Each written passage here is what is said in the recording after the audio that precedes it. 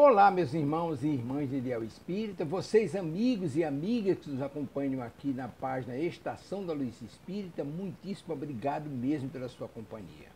A nossa página Estação da Luz Espírita não tem fins lucrativos, o objetivo é a divulgação da doutrina espírita. E é por isso que nós reunimos aqui esta sede de matérias espíritas para que possa atender às suas necessidades, estudo, lazer, pesquisa. Você encontra aqui na nossa página Estação da Luz Espírita os livros da codificação, obras suplementares, entrevistas, palestras e os programas da Web Rádio Estação da Luz de Natal e Web Rádio Cristo Consolador de São Paulo. Ou seja, um acervo que atenda às suas necessidades, sem fins lucrativos. O objetivo é a divulgação da doutrina espírita. E agora eu convido você para nos acompanhar na reprodução de mais esse trabalho imperdível. Muito obrigado mesmo pela sua companhia e vamos juntos!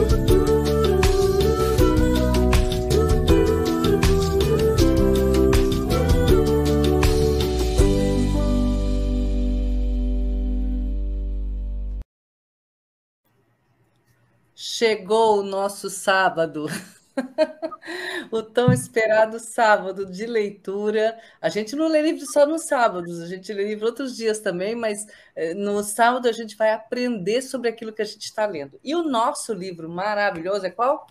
De leitura do momento, que vai ser um bom momento, tá? A gente já está desde janeiro lendo esse livro, é o Paulo e Estevão, ok? Esse livro nós estamos lendo ele. Na verdade, é uma leitura com estudo aprofundado, de linha a linha, parágrafo a parágrafo, página a página, e então assim, vai demorar um bom tempo, então vai ser uma delícia, porque durante esse processo a gente vai conhecendo vocês, conversando com vocês, trocando experiências, e isso está sendo muito bacana. Mas, como eu não sou boba, eu sempre estou perto de pessoas super especiais para me ajudarem. E eu peguei, como sempre, a minha grande parceira de anos, né? A querida Sônia Paula, que é a idealizadora do programa, que ela que deu essa ideia quando fizemos ainda o programa sobre José, certo, Sônia? Sim, é isso mesmo. Apesar de que as ideias vêm do plano espiritual e tem que sempre ter outros braços para que possa ser materializado, no quais tu te incluís e todos os nossos convidados. Somos o braço. E olha, por falar em convidados, nós temos hoje aqui, como algumas outras vezes já tivemos também, para acrescentar todo esse conhecimento maravilhoso dela, para nos auxiliar no entendimento do livro, nós temos a nossa querida Kátia Borloni. Oi, Kátia. Oi, olá todo mundo. Boa tarde para o Brasil, boa noite para Portugal. Que sejamos bem-vindos nessa nossa tarefa de hoje, iluminados.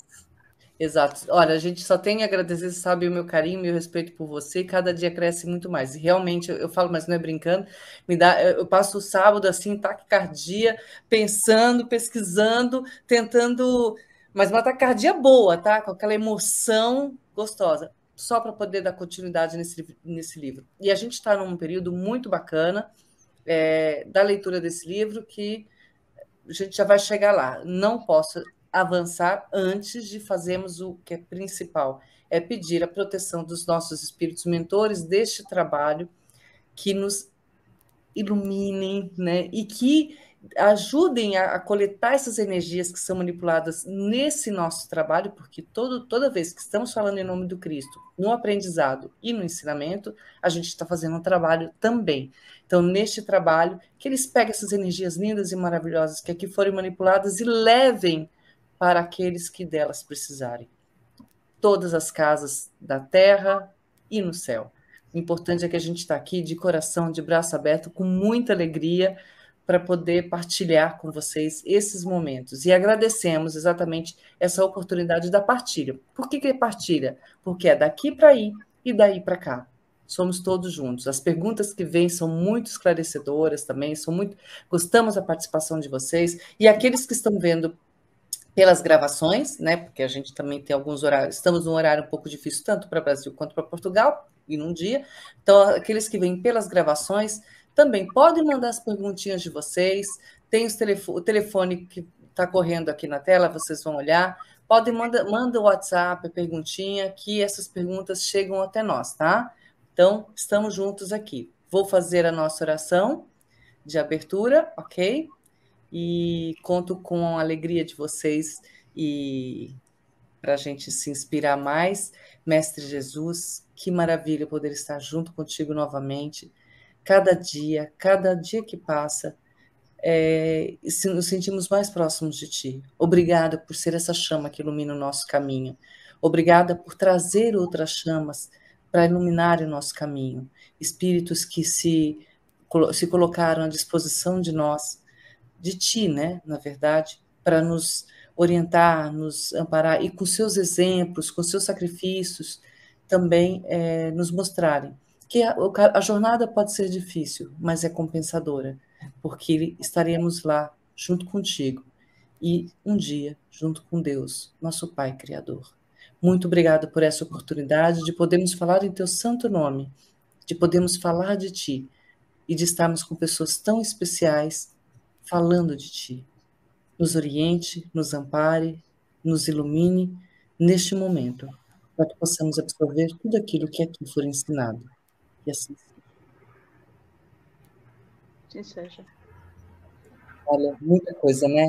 Porque a gente estava aqui, estamos, né, lendo o livro Paulo Estevão, para que vocês consigam achar as páginas.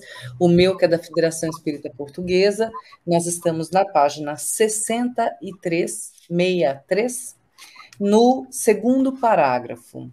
Sônia? Diz-me só qual é o início, porque o meu não é igual a ti. Ok. O início vai ser na primeira reunião. Então, eu estou no final da página, neste caso, e é a página 43. Tá, o teu PDF. Kátia? O meu é da FEB, que é exatamente igual ao seu, Eurídice, na página 63 também. Ah, beleza. Então, estamos aqui na sintonia, então vocês, enquanto procurem aí, eu vou dar um resumo rapidinho, enquanto vocês procuram a página. Então, como eu falei, nós estamos entrando em momentos muito lindos, né? Foi até muito emocionante a semana passada, porque a gente falou de Pedro, a gente já está com Pedro na nossa história, Gesiel já passa a ser, se transforma naquele momento, ele deixa de ser Gesiel, aquele espírito que veio preparado para estar aqui, ajudar o Cristo também, através da sua fé, da sua força, ajudar os irmãos do caminho através da sua fé e da sua força, e principalmente iniciar a divulgação do cristianismo quando ele se encontrar com Paulo. Calma, que é daqui a pouco. E ele deixa de ser, naquele momento, esse Gesiel e passa a ser exatamente esse espírito chamado, que conhecemos como Estevão, que é o que vai abrir as portas para o coração do Estevão. No momento, abre as portas através do sentimento de raiva, e depois ele vai estar preparado para conhecer o Cristo. Mas assim, é um momento de muita emoção, porque é muito bonito mesmo esse encontro, essa transformação. A gente vê um espírito, nós já vimos aqui nesse capítulo, né, um espírito como Pedro, que se coloca super emocionado e agradecido por ter alguém como Gesiel na casa do caminho, com essa força, com essa fé, né, que ele tinha, com o conhecimento que ele tinha de Isaías.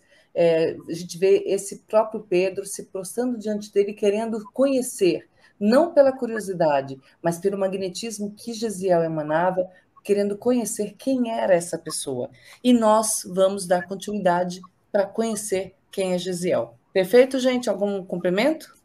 Só corrigir que tu disseste 2 vezes Estevão, é claro que ela está a dizer que o encontro com Paulo, não é? Porque tu usaste Estevão 2 vezes. Então, é Paulo, que é a nossa querida eu, está dizendo que se vai converter primeiro pela raiva e depois. Saulo. Exatamente, se vai se converter em Paulo, neste caso. Isso. Aqui está todo mundo se convertendo, tomara que a gente faça isso também. É isso. Esse é o objetivo. Posso dar seguimento na leitura? Então vamos lá. Na primeira reunião da Igreja Humilde, Simão Pedro pediu, então, que nomeassem 7 auxiliares para o serviço das enfermarias e dos refeitórios, resolução que foi aprovada com geral apazimento. Entre os 7 irmãos escolhidos, Estevão foi designado para a simpatia de todos. Eu que vou dar uma pausa aqui, porque uma das partes que eu esqueci de comentar era exatamente o parágrafo anterior do resumo, que falava o que era a Casa do Caminho, né? A Casa do Caminho era uma casa daquele momento que se prestava em auxiliar as pessoas, principalmente na parte material. Não tinha ainda uma grande, não digo um estudo, mas não tinha, eles não eram muito, como é que eu vou dizer? Pode me ajudar, gente? Não abraçavam tanto a cura espiritual, era mais a cura do corpo, né? Do corpo, tanto dos doentes, como também de servir comidas para as pessoas necessitadas. Né? E aí é quando o Simão Pedro pede para que viessem mais auxiliares, é o que a gente falou aqui do serviço das enfermarias. É isso, gente? Consegue me ajudar? Posso falar? Pode, Cátia. Na verdade, eles, além de cuidar da parte material, eles também faziam as curas que a gente entende hoje como curas mediúnicas. Então, chegavam à porta deles pessoas que não tinham nenhuma condição de se tratar em qualquer outra instância. Então, chegavam muitas vezes não só os pobres, aqueles que não tinham condição nenhuma de buscar um auxílio médico, mas também aquelas pessoas da alta sociedade que, em função de adquirirem uma doença que não tinha cura, eles eram relegados ao ostracismo naquela sociedade. E o único recurso que restava a eles é ir buscar ajuda na Casa do Caminho, que era um lugar que aceitava todas as pessoas, independente de quem elas fossem. Então, eles conseguiam muitas curas que eles entendiam por milagrosas. Por isso que era um lugar onde as pessoas recorriam mesmo em busca de auxílio. E o que o parágrafo fala, não sei se você me permitir falar, pode.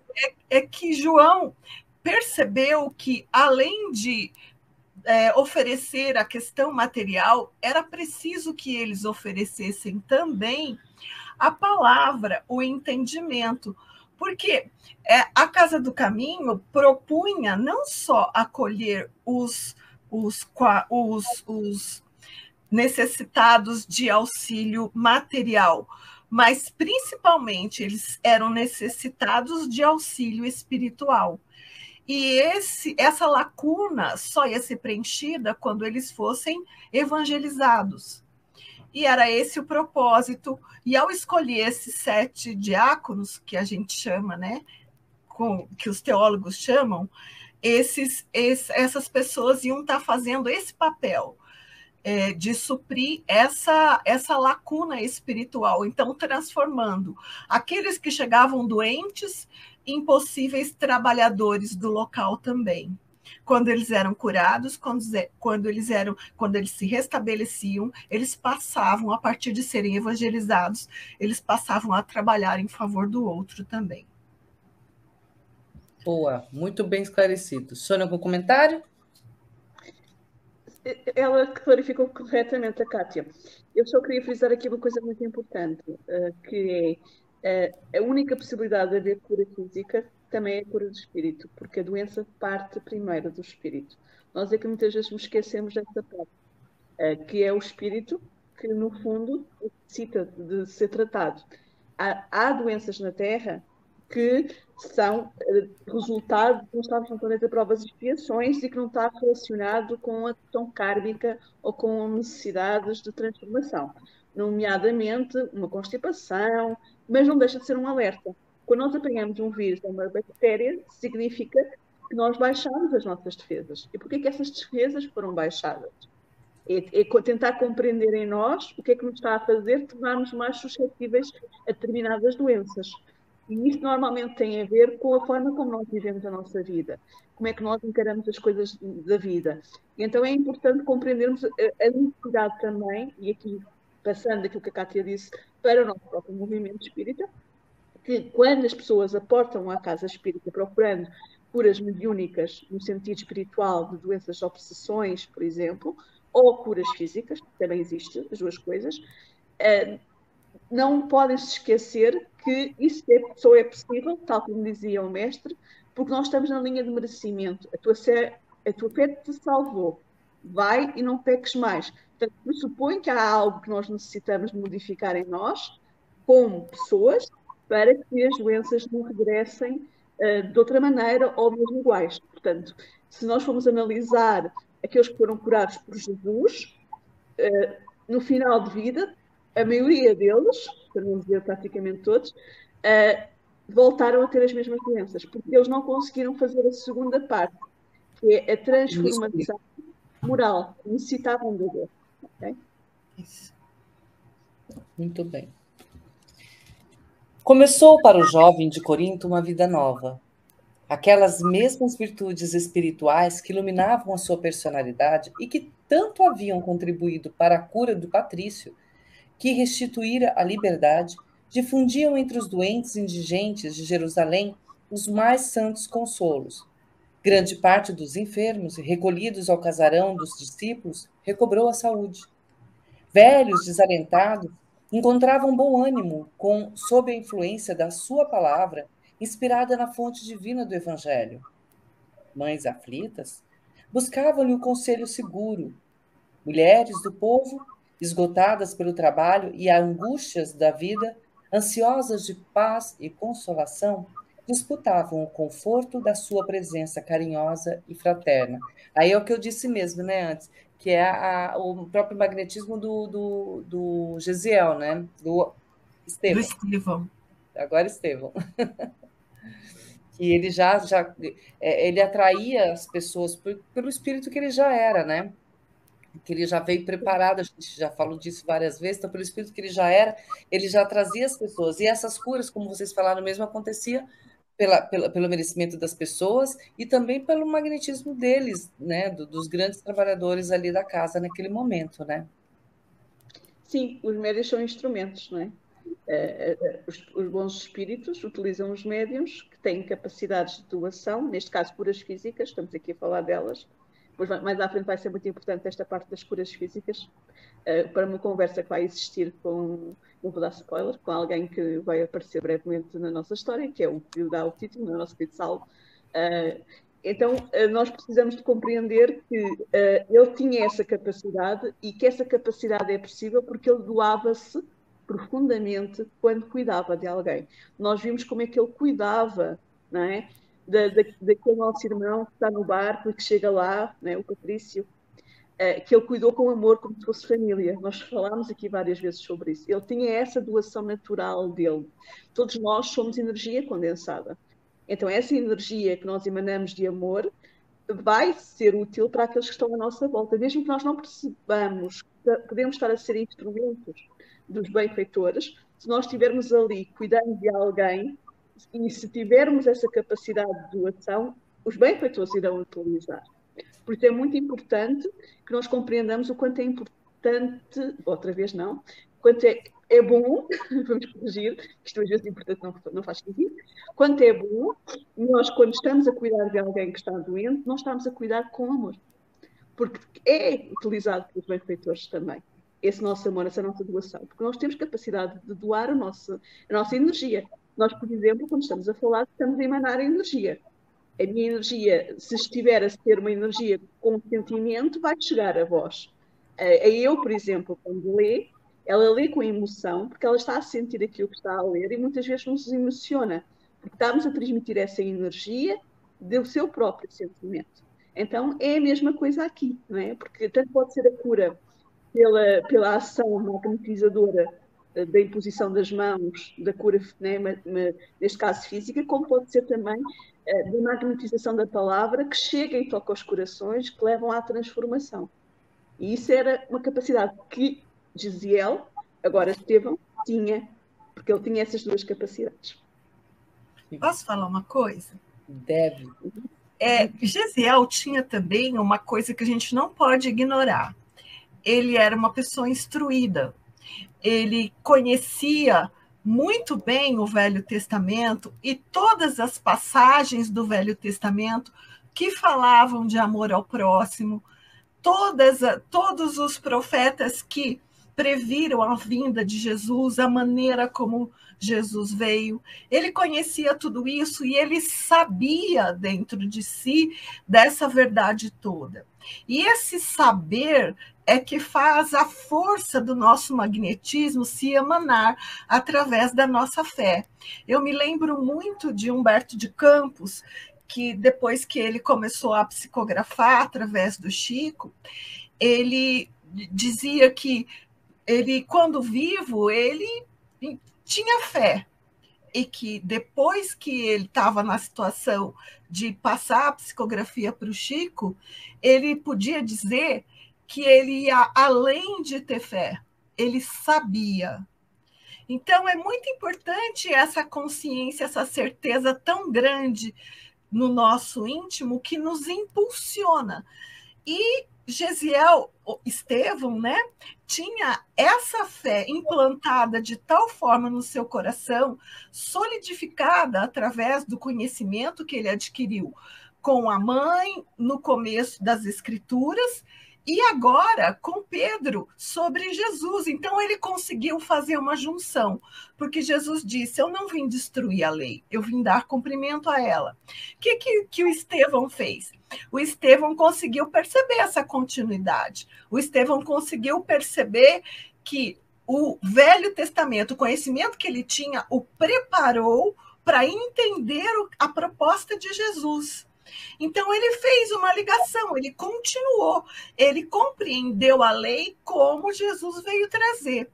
Então, essa capacidade intelectiva, amorosa e absolutamente inquebrantável de fé que ele tinha, é que dava para ele a condição de ser o conselheiro das pessoas, aquele que conseguia, através da palavra, trazer a cura do corpo, trazer amenizar as dores espirituais. Essa força magnética era impulsionada através da capacidade intelectiva e amorosa que ele tinha. Kátia, você lembrou uma coisa muito importante que a gente não pode também deixar de ressaltar, quando você cita, né, o conhecimento que ele tinha. Esse conhecimento foi adquirido, a gente sabe que na época se estudava também em casa, né? Esse conhecimento foi adquirido pela educação dos pais. Sim. Então, a gente você realça, inclusive, a importância da educação dos pais. O que os seus filhos estão vendo, o que seus filhos estão assistindo, do que eles estão se instruindo, né? Porque isso moldou este homem, não moldou, né? Ajudou a fortalecer, porque, como a gente disse, ele já veio preparado. Mas imagine se ele não tivesse pais que fizessem o que os pais dele fez, né? E olha que a gente viu que o pai dele, o Sr. Jochebed, ele era uma pessoa que ainda não era tão instruída quanto ele ainda tinha um pouco de sentimentos um pouco mais entristecidos na alma, né, que fizeram chegar a toda essa história que aconteceu, que nós já sabemos aqui nas leituras anteriores. Mas mesmo assim, o pai ensinou para ele a retidão, a moral, né, fazer sempre o bem, e a mansitude veio da mãe também. Então, todos os dois pais ensinaram a leitura das escrituras, e o que a gente pode dizer hoje, se for transferir para hoje, é ensinar alguma coisa dentro de uma moralidade religiosa. Não digo uma igreja especificamente, ou um centro espírita, o que é que seja. Cada um encontra o seu caminho, mas precisa haver uma moral religiosa, precisa haver um conhecimento do outro, de si próprio, desse grande universo que foi criado por Deus. Né? Então, o mínimo que você tem que ensinar é isso. Agora, se conseguir trabalhar dentro de uma religião, e claro, eu sou espírita, eu digo, se for na espírita, vai ser muito mais fácil, eu vim da Igreja Católica, para mim está sendo muito mais fácil no Espiritismo compreender as mensagens de Jesus, né? E através de pessoas como vocês também, sempre em parceria, discutindo livros, conversando, discutindo situações, palestras, etc. Ou seja, estamos aprendendo. Mas se isso acontece desde pequeno, os trabalhos que as casas religiosas fazem com as crianças, com os adolescentes, mas somado também aos pais, fazer um evangelho no lar junto com as crianças, colocá-los para fazer esse evangelho no lar, já ajuda a educar essa criança, porque quando ela chega lá na frente, ela já tem uma base moral e religiosa. O que vocês acham disso? Pode? Eu vou primeiro pegar na primeira parte que a Cátia falou e depois pego no que tu falaste. Então, a Cátia pegou naquela parte, eu vim cumprir a lei, não é? Do nosso querido Mestre Jesus, é uma das frases dele. Eu vim dar cumprimento à lei, não veio derrogar as leis, mas dar cumprimento.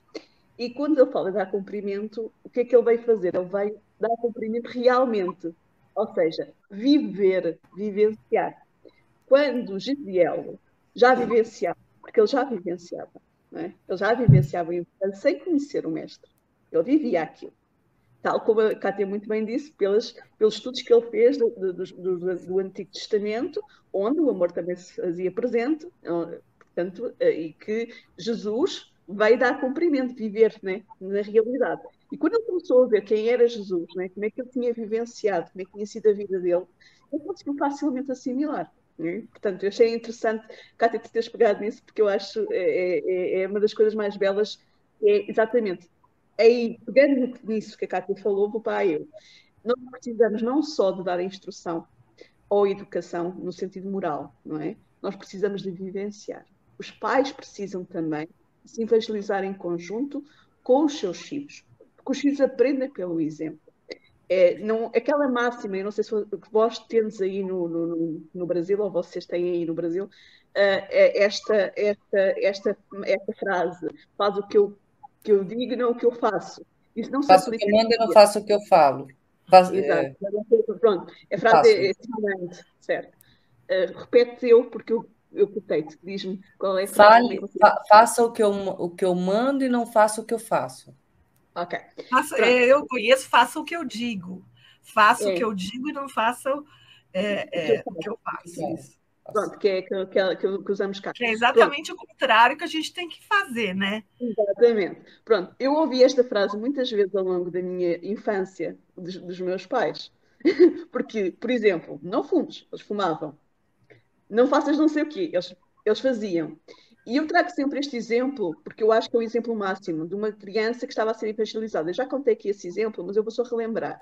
Era uma criança que estava com a perna trocada, né, em cima da cadeira, e não é suposto a criança pôr a perna em cima da cadeira com os seus sapatos, né, porque vai sujar a cadeira. E a mãe entrou, a evangelização tinha terminado, né, foi buscar a criança, e a criança é chamada a atenção pela mãe, porque ninguém reparou que estávamos todos a arrumar, que não devia estar com o pé assim. Sabem qual foi a resposta dela? Tu também fazes. Então, nós precisamos de compreender, portanto, eu estou a contar porque a Cátia não deve ter ouvido esta. Não ouvi. Pronto, então isto é um exemplo real que me aconteceu numa sala de evangelização infantil. Portanto, pensem que a criança está a ver. Não mintas, eu vou mentir. É a criança a ver que eu estou a mentir. Como é que eu estou a dar um exemplo completamente contrário àquilo que eu digo para ela fazer? Não faças não sei o quê, e eu faço. A criança vai absorver o que eu estou a fazer. E isto é a diferença entre Gesiel e, por exemplo, o Jesus. Eles vivenciavam, eles viviam. Daí chegar, né? Mesmo na dificuldade, que depois vamos ver mais à frente, de Saulo com Estevão, né?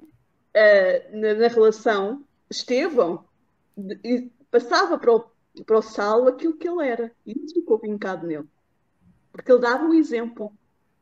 Saulo reconhecia-lhe as qualidades. Não concordava com a forma, mas conseguia reconhecer. Porquê? Pelo exemplo, pelo vivenciar. Então, nós precisamos exatamente compreender isto, que a educação não é só esta que eu falou, é necessária, e para a evangelização infantil, seja do que seja, precisamos conhecer que Deus existe, precisamos perceber que existem regras, precisamos perceber que o caminho é o amor, isso é necessário, mas também precisamos de vivenciar e também nos evangelizar em conjunto com essas crianças. Então, aquelas casas que têm a evangelização infantil em simultâneo cultos para os adultos, em que os pais estão cultos para os adultos e as crianças estão na evangelização, é muito útil e é esse o caminho. Precisamos de todos nos evangelizar e viver de encontro ao Mestre. Exato. Deixa eu até. Vou continuar a leitura aqui. Não, você quer complementar alguma coisa, Kátia? Eu posso. Não, pode continuar. Tá. Antes de seguir, eu só quero agradecer a nossa querida Abigail, está aí junto com a gente hoje de novo. Abigail já ficou nossa companheira do Paulo e nós aqui. A Abigail fez 2 perguntas maravilhosas, mas, Abigail, se a gente for fazer pergunta agora, responder a pergunta agora, a gente vai sair muito do contexto que a gente está agora. A gente vai dar um spoiler enorme. E tá vendo? Estão as 3 vendo a tua pergunta aqui. A gente não vai poder fazer essa pergunta agora, mas agradecemos a tua pergunta. E aí, eu até coloco, até pela participação que vocês têm, nós vamos guardar, viu, Abigail? Vamos guardar e vamos falar. É a Abigail Moraes, de Chapéu do Sol, São João da Barra, do Rio de Janeiro. Mandem mensagens para a gente também, vocês puderem participar, dizendo para a gente o que vocês acham da educação dos filhos em casa, como poderia ser essa educação dos pais para com os filhos, quais são os melhores exemplos que os pais podem dar. Isso é legal para a gente participar, porque outras pessoas vão vendo esses comentários no YouTube ou no Facebook também, e é legal que, de repente, cria ali um fórum bacana de discussão, tá? Podem estar conosco. Obrigada pelas perguntas, muito boas. Então, vamos continuar aqui com os nossos, né, grandes personagens. Simão Pedro não cabia em si de contente em face das vitórias do filho espiritual. Olha isso, né? Virou um filho espiritual. Os necessitados tinham a impressão de haver recebido um novo arauto de Deus para alívio de suas dores. A gente pensa assim, né? As pessoas que estão passando por sofrimentos físicos, quem não passou isso na vida? Sejam sofrimentos físicos ou sofrimentos psicológicos, como depressão, por exemplo. A gente acha que precisa simplesmente só de um remedinho, se não for com um comprimidinho, ou se já resolvia. Não. O carinho, a atenção, isso ajuda demais. Daqueles que estão ao nosso redor, ajuda muito. Eu acho que é o melhor remédio que a gente pode dar para quem está doente. Carinho, atenção. Não é lição de moral. E não é comparação, tipo, tá doendo, mas o meu já doeu pior. Eu tive umas dorzinhas dessa lá atrás, ou então aconteceu alguma coisa comigo, o meu foi pior que o seu. Não faça comparação, gente. A tua dor é sempre a maior dor do mundo, porque ela é sua. A do outro é maior do que a sua, para ele, porque ela é dele. A gente nunca sabe. Às vezes, uma dor desse tamanho, para a gente pode não ter significado nenhum. E para o outro, uma dorzinha desse tamanho pode ter um significado gigante. Então, não compare a sua dor com a dor do outro. A do outro é gigante. Então, a única coisa que você pode fazer é, eu estou aqui, respeite sua dor. Se você precisar, fala comigo. Quer um abraço? Te dou um abraço. Mas eu estou aqui, junto com você. Okay? Esse é o melhor remédio. Aí depois você pode vir com os outros. Porque acho que quando você já faz isso, você já gera um respeito com o próximo, com essa pessoa que está do seu lado, e já gera um carinho. E o carinho emana uma energia maravilhosa, não é não? Os caras até mudam. Eu estava a permitir que a Cátia falasse, que eu falei há pouco, portanto agora fica caladinha. Eu entendo que esse estar para o outro gere um campo magnético muito importante para a transmissão das energias. E entendo também que esse estar para o outro, às vezes a gente entende que o carinho e a atenção é nós ficarmos valorizando demasiadamente as questões do outro, colocando essas dores, mesmo como você falou, que uma dor pequenininha que para nós não teria significado, para o outro tem muito, ela reverbera em muito no outro. Mas se nós entendermos essa atenção e carinho, eu vou lá fazendo advogado do diabo, tá bom? Pode. Se nós entendermos essa atenção e carinho como alguma coisa que fortaleça a vitimização no doente, a gente está fazendo o caminho inverso. Então, essa atenção e carinho tem que ser focada em potencializar as forças, a energia, a coragem e a fé do doente, que é um pouco diferente do que a gente entende, porque o que ensinam para a gente é passar a mão na cabeça, coitado, tem razão, eu entendo a sua dor, mas não entendo a sua dor em, vou ficar aqui junto com você, porque eu sei que dói mesmo, que você está muito infeliz, e isso é fazer um caminho inverso. Então, estar para o outro sem ficar o tempo todo passando a mão na cabeça. Eu aprendi ao longo da minha vida, talvez isso sirva para a gente comentar agora. Eu aprendi ao longo da minha vida, trabalhando com psiquiatria, que a gente precisa enfrentar essas situações, as relações, as próprias doenças de forma natural. O jeito que faz com que a gente se aproxime da pessoa é entender com naturalidade, mesmo que aquele sintoma seja um sintoma exuberante, um sintoma que saia fora do nosso contexto natural. Mas se nós entendermos, acatarmos, acolhermos a dor dele de forma natural, a gente está permitindo que ele também acolha essa dor de forma natural. E quando ele faz isso, essa grande reverberação dessa dor, ela diminui, ela volta para um tamanho aceitável, para um tamanho convivível. A gente não vai tirar a dor dele, nem a gente vai minimizar isso, a gente só vai fazê-lo entender que a dor é do tamanho que ele consegue suportar. Kátia, você não foi advogada do diabo, você fez um complemento maravilhoso no que eu falei. Foi perfeito. Sim. Então tá bom. Nós temos todos muito ainda a tendência para o vitimismo, como falavas tu, né? Mas também temos muita tendência para olhar para o outro como um coitadinho, que é isso que a Cátia está a falar. A parte do coitadinho é desnecessária. Porque quem está doente, normalmente a parte do coitadinho, a não ser que eu seja uma pessoa que estou viciada em vitimização, não vai ter recepção boa do outro lado.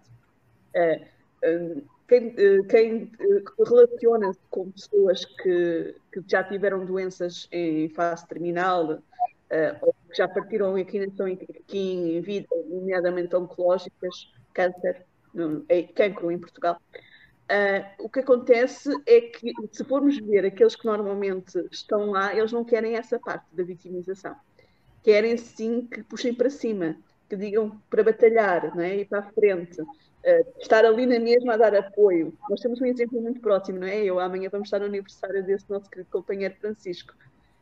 E esse jovem, que é um jovem, que neste momento vai fazer os seus 29 anos, se eu não estou enganada, ele ficou doente aos 19 anos, portanto são 10 anos de doença, sendo que houve um interregno, houve uma volta atrás da doença, mas depois ela regressou passados uns anos.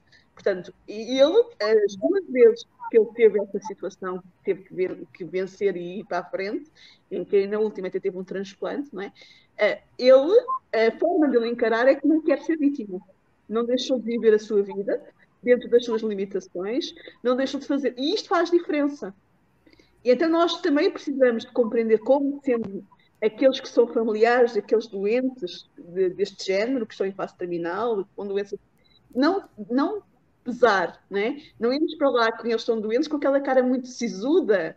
Eu conto sempre uma história que me foi contada por uma companheira nossa espírita, que já está nos seus 80 e poucos anos. Ela perdeu a sua filha com 22 anos. Perdeu, não perdeu, não é? Partiu para o outro lado da vida, que a gente sabe que não perde. Mas pronto, partiu para o outro lado da vida, também com a mesma doença. E o que é que ela acontece? Ela um dia, a filha estava lá, né, no hospital, e ela chegou ao hospital completamente caída, toda chorosa, né? Porque é difícil, é uma mãe, não é?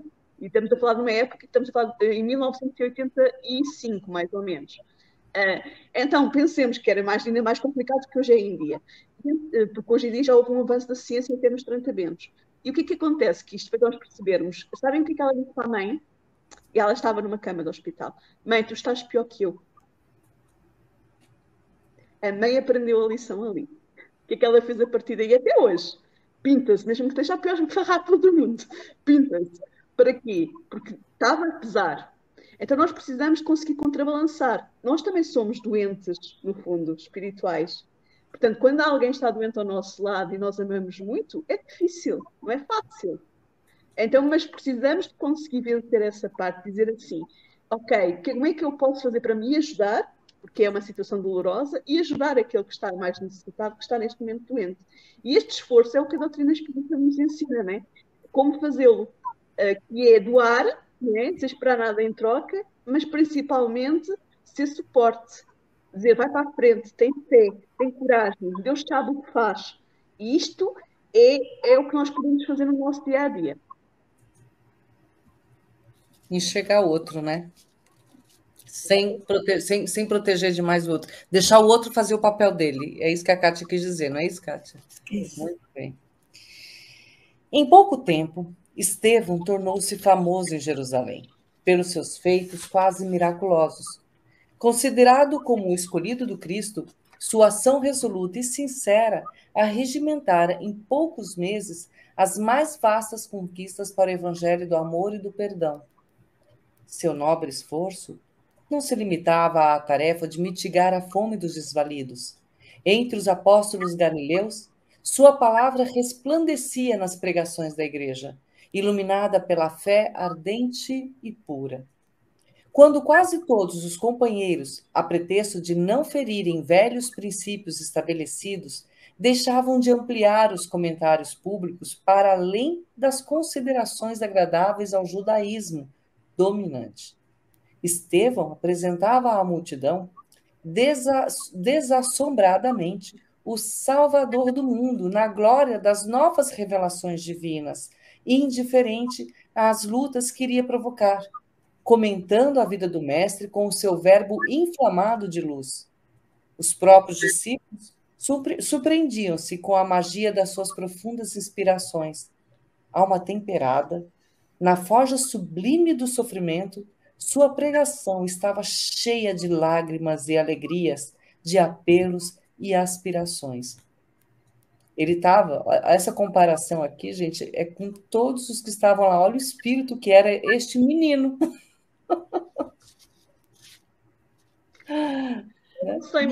Menino na carne, mas obviamente era um espírito de muito tempo, de muita evolução, e que veio aqui para auxiliar Jesus, né? Tanto veio para auxiliar Jesus que depois ele era o emissário direto de Jesus para Paulo, né? E isso esse pedaço do livro acho que mostra bem aquilo que eu falei da força da fé que ele emanava, que abria para ele uma coragem tal que ele desbravava Jesus independente das crenças farisaicas, do ponto de vista dos judeus mais tradicionais, ele desbravava Jesus para as pessoas sem nenhum medo das consequências, que era um jeito mais temeroso dos apóstolos, porque os apóstolos tinham vivido já a morte de Jesus e tal, eles já tinham sentido esse começo de perseguição, né? E Estevão tinha coragem, fé e esperança de que aquilo que ele fizesse ia produzir frutos. Não é? Então, eu acho que essa postura do Estevão foi a postura que mais se assemelhou a Paulo, porque elas eram posturas que caminhavam para lados diferentes, Paulo envolto totalmente na lei judaica, e Estevão fazendo a continuação da lei na figura do Cristo. Então, eles tinham a mesma força, a mesma garra, a mesma perseverança, o mesmo intuito, o mesmo ideal. E foi por isso que Estevão reconheceu em Paulo todas essas virtudes, porque, na verdade, a gente só consegue reconhecer no outro quando a gente tem em nós mesmos, tanto as coisas boas quanto as não tão boas. por conta da gente já ter vivido isso em algum momento da nossa existência pretérita. Não porque você reconhece a maldade no outro, porque você também é mal, mas você reconhece no outro porque você já esteve em contato com isso, já teve a ideia do que isso significa em você, e você, na sua existência em algum momento.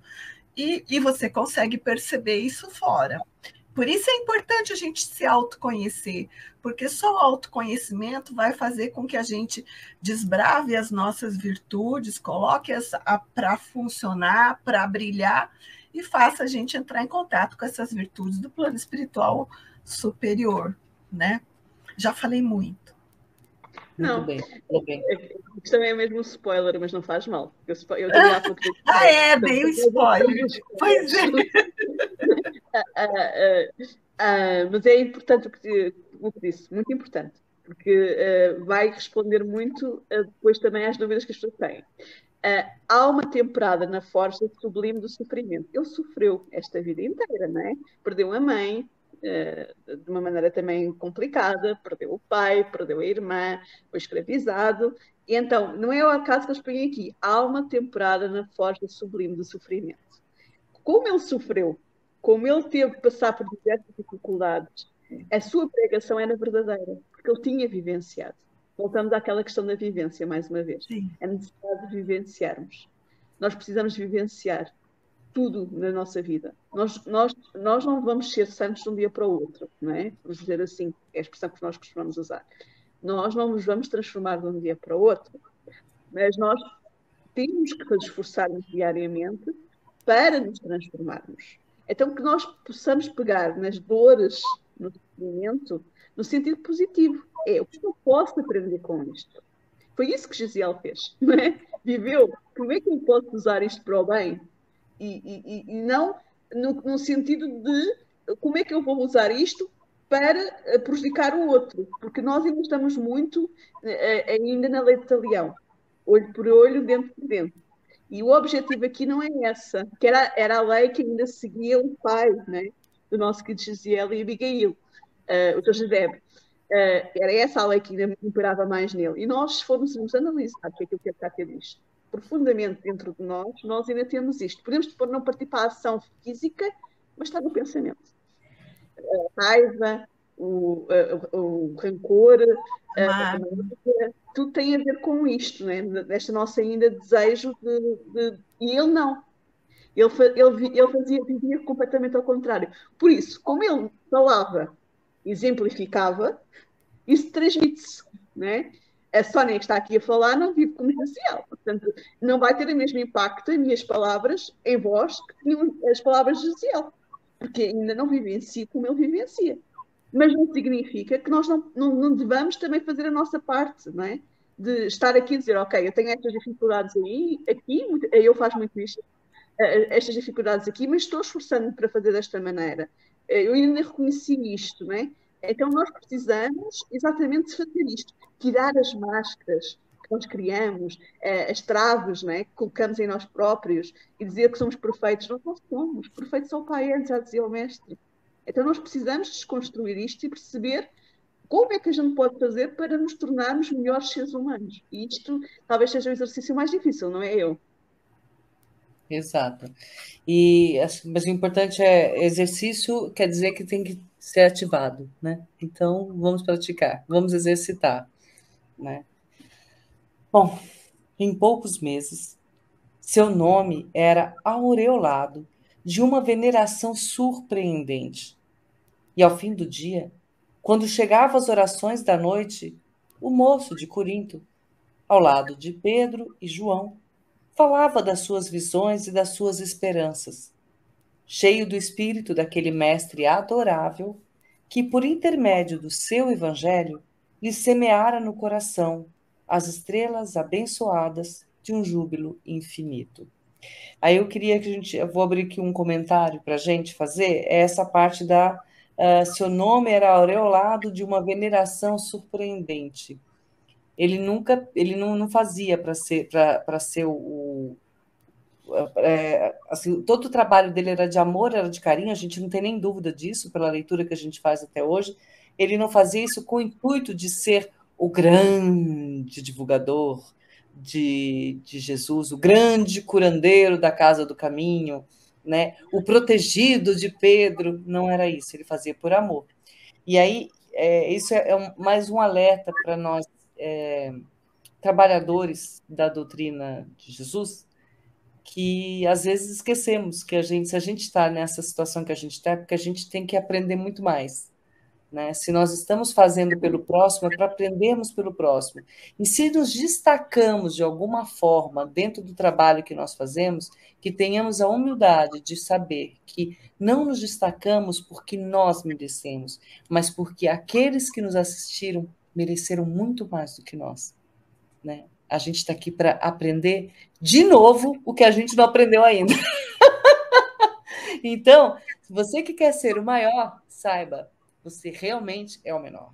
Então, sem querer desmerecer ninguém, mas assim, vemos, às vezes, o ego e o orgulho, a Sônia sempre fala muito do orgulho, o ego e o orgulho dentro de um trabalho, as comparações, né, dentro de um trabalho de caridade, não estou nem dizendo só da casa espírita, hein? Mas dentro de um trabalho de caridade, isso gera uma energia muito ruim. Né? Todo um trabalho lindo e maravilhoso pode ser colocado abaixo por causa de um exercício do orgulho. Né? Então, a responsabilidade das pessoas que estão para fazer algo para o outro é muito maior. E é o que eu disse, não é maior porque a gente é protegido de Jesus Cristo, é o maior porque a gente precisa mais. São as nossas armas, ou seja, a nossa guerra, a nossa luta é tão grande porque nós provocamos, não porque os outros provocaram, porque nós provocamos, que nos deram muito mais armas para que a gente possa se defender. Aproveite, porque senão essas armas serão tiradas. Não é não? Eu ia só dizer uma coisa que eu achei maravilhosa quando chegou que eu cheguei ao movimento espírita. Quando cheguei à casa espírita, uma das coisas que me foi dita logo de partida é Jesus, Kardec são um mote. E isso partiu do quê? De Emmanuel para Chico. Emmanuel disse, se eu disser alguma coisa contra Jesus, contra Kardec, isto é o Chico, fico com Jesus, fico com Kardec. Então, isto faz-nos compreender o quê? Que nós somos espíritos encarnados falíveis. E que as pessoas têm as suas dificuldades. Todos nós temos. O orgulho é a nossa maior chaga. Eu tenho essa chaga tão grande que eu falo muito dela. Faz todo o sentido. Porque é essa que eu tenho que trabalhar. Então, é aquela, como o Cássio dizia, reconheço, não é? Porque ela está em mim. Então, nós necessitamos de compreender que aquilo que está ao nosso lado é um necessitado. Jesus veio para os doentes. Os médicos não são para os chãos, não é? Portanto, nós precisamos de compreender isto, de compreender que todos nós, estejamos onde estejamos, somos espíritos necessitados ainda de trabalhar, de modificar. Então, se nós precisamos, no final do dia, fizermos uma análise real do perdão de Deus, como não olhar para o outro e perceber que ele também precisa? Não é? Temos que compreender isto. O outro também tem as suas quedas, o outro também tem as suas dificuldades, tal como nós. Se nós precisamos de compreensão do outro, compaixão do outro, então nós também temos que ter compreensão para com o outro e compaixão para com o outro. Como Jesus fez connosco, Pai, perdoa-lhes que eles não sabem o que fazem. Então nós temos que ter connosco, humanidade, nós temos que ter este entendimento para também deixar de estarmos no patamar do orgulho e compreender, ok, eu estou aqui para quê? Para servir, como dizia o nosso querido, Gisiel, eu quero me escravizar a Jesus. Nós estamos aqui para seguir Jesus. Então, se estamos aqui para seguir Jesus, significa o quê? Mesmo que o outro brilhe, se o outro está a fazer uma coisa boa, está a fazer com que Jesus possa chegar a outros, então nós devemos ficar felizes. Isso é bom sinal. É que eu possa também estar na retaguarda, dar mais força, mais coragem a esse irmão, impulsioná-lo para a frente, não é? Em vez de estar a tentar encontrar qualquer coisa para pegar e mandar abaixo. Porque muitas vezes, infelizmente, nós ainda fazemos isto.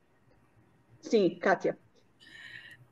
Eu queria falar sobre essa mesma frase, que ele era aureolado de uma veneração surpreendente. Eu acho que o que Emmanuel quis contar aqui foi que a energia que Estevão emanava das suas ações junto àquele povo criava nas pessoas uma espécie de veneração à pessoa de Estevão. Criava nas pessoas uma expectativa de que Estevão tinha um poder sobrenatural. Criava nas pessoas uma energia de júbilo, de preces em favor de Estevão. E aí criava ao redor de Estevão uma energia que vinha dessas pessoas que eram curadas por ele e se somava à própria energia dele. E isso dava, como a gente pode entender, uma auréola de superioridade, uma auréola de luz, como se ele fosse uma pessoa especial. Nós ainda precisamos, algumas vezes, de alguns ídolos, né? Como a gente já falou aqui algumas vezes. E a gente acaba criando algumas pessoas para as quais a gente acaba enviando essas energias ou de petições, ou de gratidão, ou de louvor. Uma delas no meio espírita é o Chico. Quantas casas espíritas não chamam Casa Espírita Chico Xavier? Quantas referências não se faz a Chico? Quantos exemplos não se pega da vida através da vivência que o Chico teve? E a gente espera que, a partir do entendimento dessa energia que acaba sendo de um jeito, o jeito como nós ainda, na nossa imperfeição, buscamos nos sustentar na presença e na vivência uns dos outros, mas não transformar isso tudo em idolatria, não transformar isso em pressupostos de valia, de valores, que uma pessoa tem um valor a mais do que outra pessoa, porque mesmo Paulo dizia que Deus nos ama infinitamente e igualmente a todos nós. Eu gosto muito de trazer à baila um filme que acho que todo mundo já assistiu, A Cabana, que fala muito disso, o quanto Deus ama a todos nós igualmente. E para Deus não tem escolha. Todo mundo que se colocar disponível a ir atrás, a seguir o seu caminho, aquilo que ele ensinou através de Jesus, todo mundo vai ser aceito no seu reino. Não importa o quanto já tem errado, importa o que vai fazer daqui para frente. Então, eu entendo que essa veneração que Emmanuel fala sobre a figura de Estevão tinha a ver com esse campo magnético que era próprio da sua alma e o quanto nesse campo magnético se somavam as energias de agradecimento e de louvor por todos aqueles que tinham sido curados através de Estevão, por todos aqueles que tinham sido aconselhados pelas mãos e pelas palavras de Estevão. E acredito que Estevão devia ter um poder mediúnico bastante forte, porque ele tinha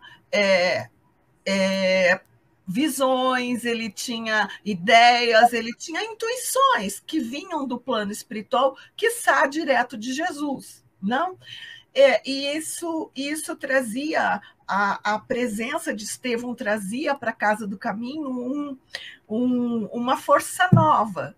É como se fosse uma semente nova a dar um ritmo para os apóstolos mesmo, para eles continuarem na sua missão. Era como se ele trouxesse novas águas, novas energias, a estimular os apóstolos a continuar naquele trabalho do bem.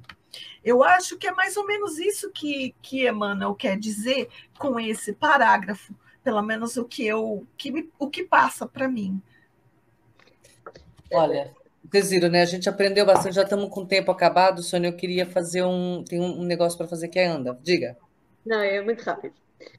Eu só queria relembrar que os jovens, e isto porque eu hoje também falou sobre isso, os jovens, quando chegam às casas espírita, são espíritos. E como espíritos que são milenares. Não é porque eu tenho 20 anos ou 21 que eu não tenho capacidades. Porque às vezes há uma dificuldade em perceber que o jovem também tem um espírito. E que muitas vezes esse espírito tem capacidades que superam, muitas vezes, até aquele que pode ser mais velho. Vai depender do estágio evolutivo de cada um.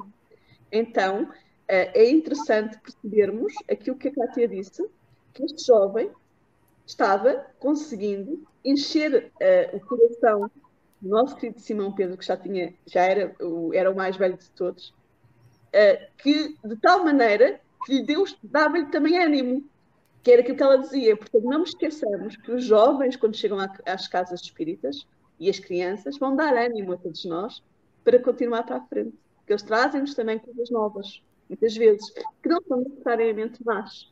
São visões diferentes, pontos de vista diferentes que nos podem levar a caminhos melhores. Muito bem. Estamos estourando nosso tempo, eu preciso dar um anúncio ainda. Muito bem. Jovens, venham. Precisamos de vocês. O mundo precisa de vocês. A nossa transição planetária precisa de vocês. Bom, vamos encerrar aqui. Vou fazer a nossa oraçãozinha de encerramento, mas antes disso, eu tenho uma notícia para dar. Já não é primeira mão, né? Alguns já devem estar sabendo. Então, olha só o que vai acontecer aqui. Olha isso, que maravilha. Kátia, minha querida, diga-nos o que é isso. Pode falar.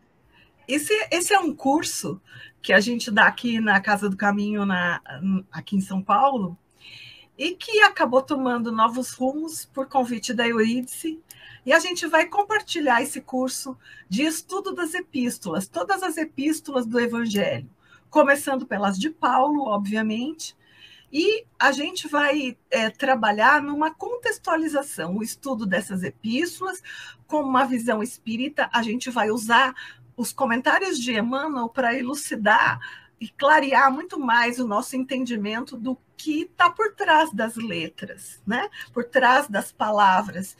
E quando a gente contextualiza as epístolas, a gente vai ver que é muito mais profundo o que ela quer dizer do que apenas aquelas palavras. E para começar essa contextualização, a gente vai começar a estudar um pouquinho o cristianismo primitivo, para entendermos de onde essas epístolas saíram, como é que se vivia naquela época, o que era que acontecia naquela época, como é que as pessoas pensavam, como é que elas viviam, para que a gente possa entender o que Paulo falou, por que Paulo escreveu aquilo, por que Paulo pensava daquele jeito.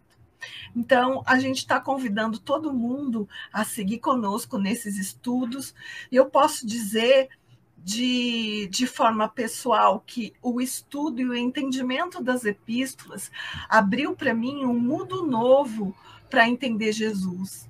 As epístolas trouxeram para mim tudo que Kardec falou, trouxeram para mim um entendimento muito mais claro e confiante na visão espírita que nós temos hoje. Então, eu convido todo mundo a participar conosco.